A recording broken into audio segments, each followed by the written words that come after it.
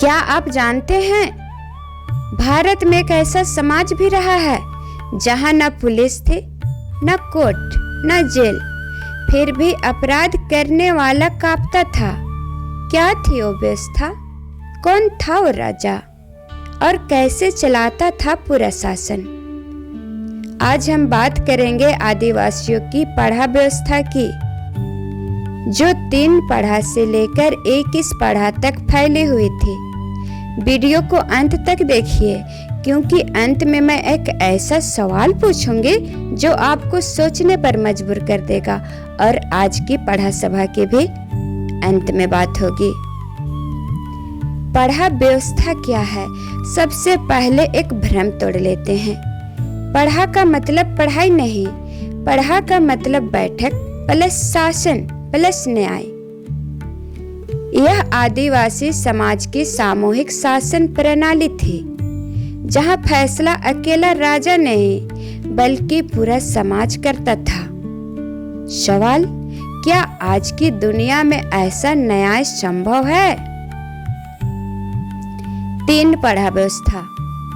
3 गांव मिलकर एक सामाजिक बैठक बनाते थे तो उससे कहते थे 3 पढ़ा। यहाँ छोटे विवाद सुलझाए जाते थे, शादी ब्याह के नियम बनते थे, गांव की मर्यादा तय होती थी, कोई जबरदस्ती नहीं, सब कुछ सहमति से। सोचिए, आज अगर छोटे झगड़े ऐसे सुलझ जाए तो कोर्ट कितनी खाली हो जाएगी। 5 पढ़ा व्यवस्था। 5 गांव मिलकर बनाते थे 5 पढ़ा। यहाँ जमीन और जंगल के विवाद, झूठ, चोरी, धोखा, सामाजिक गलतियां का फैसला होता था। यहाँ बुजुर्गों की बात कानून से भी बड़ी होती थी। 7 पढ़ा व्यवस्था। 7 गांवों की व्यवस्था थोड़ी सख्त मानी जाती थी। यहाँ परंपरा तोड़ने वालों पर दंड, बाहरी लोगों से जुड़े मामले, बड़े सामाजिक झगड़े सुलझाए जाते थे। सवाल, क्या आज की पीढ़ी परंपरा का महत्व समझती है?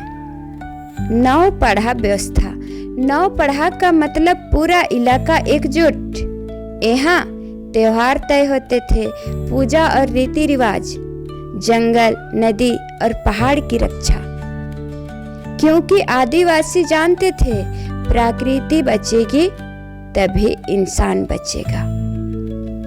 और इधर के झगड़े नहीं सुलझ पाया तो उससे 12 पढ़ा पहुंचाया जाता था। 12 पढ़ा व्यवस्था। अब आते हैं 12 पढ़ा पर। यह बहुत बड़ा स्तर था।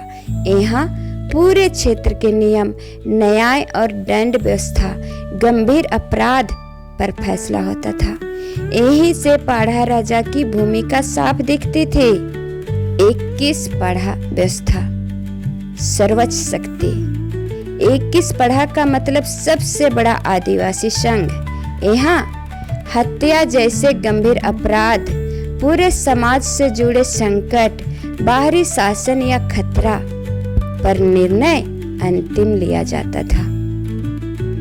यहाँ का फैसला कोई नहीं टाल सकता था, सबको मानना पड़ता था। पढ़ा व्यवस्था के मुख्य पद पढ़ा राजा, सेवा करने वाला राजा, तानाशाही नहीं, अंतिम निर्णय समाज के साथ।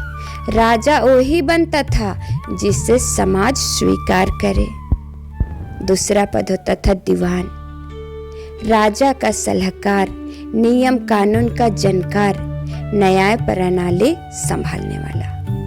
और तीसरा पद होता था कोटवार, गांव-गांव खबर पहुंचाने वाला, ढोल बजाकर बैठक बुलाने वाला, शांति व्यवस्था का रक्षक। महतो पद होता था एक। महतो गांव का मुखिया, जनता की आवाज। पढ़ा और गांव के बीच पुल, बहुत मजबूत कड़ी होती थी महतो का पद। पढ़ा व्यवस्था क्यों खास थी?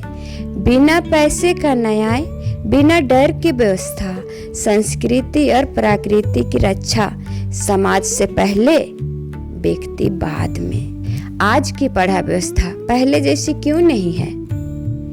आज भी कई आदिवासी इलाके में पढ़ा व्यवस्था जिंदा है, लेकिन उसका स्वरूप पहले जैसा नहीं रहा। पहले पढ़ा का फैसला समाज की आत्मा से निकलता था। आज कई जगह वह कागज, कानून और डर के बीच सिमट गया है। पहले पढ़ा जंगल, जमीन और रिश्तों की रक्षा करता था। आज पढ़ा को बाहरी व्यवस्था के सामने झुकना पड़ता है। सवाल उठता है, क्या व्यवस्था बदली है या हम खुद अपनी जड़ों से दूर हो गए हैं?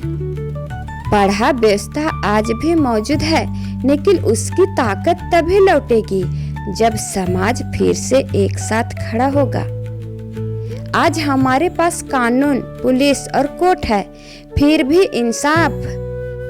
इंसाफ अधूरा क्यों?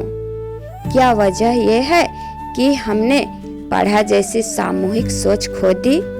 कमेंट में अपनी राय जरूर लिखिए।